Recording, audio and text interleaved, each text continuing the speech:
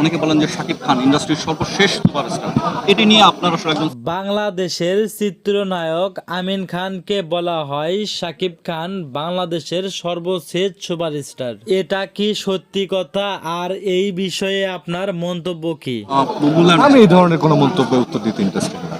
আমিন খান বলে শাকিব খান বাংলাদেশের সর্বশেষ সুপারস্টার কিনা আমি জানি না, তবে যে কোনো জিনিস সব সময় ওপরে থাকে না, তাকে কোনো না কোনো এক সময় নিচে নামতে হয়। সবসময় একটা জিনিস চূড়ায় থাকে না, কোনো জিনিস চূড়ায় উঠলে তার থেকে নিচে নামবে।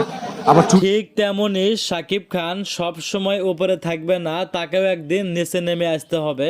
আর বর্তমান অনেক ইয়াং ছেলেরা দেখতেছি এফডিসির সাথে সংযুক্ত হয়েছে। ইয়াং ট্যালেন্ট বাংলাদেশ চলচ্চিত্রের সাথে সংশ্লিষ্ট হচ্ছে হয়তো। আর এই ছেলেগুলোর মধ্যে সব থেকে বেশি যে পরিশ্রম করে এফডিসিতে হিট করতে পারবে, সে হবে আগামী দিনের সুপারস্টার। একসময় তাদের এই শ্রমটা কোনো না কোনোভাবে এই সামগ্রিক চলচ্চিত্রকে হিট করবে।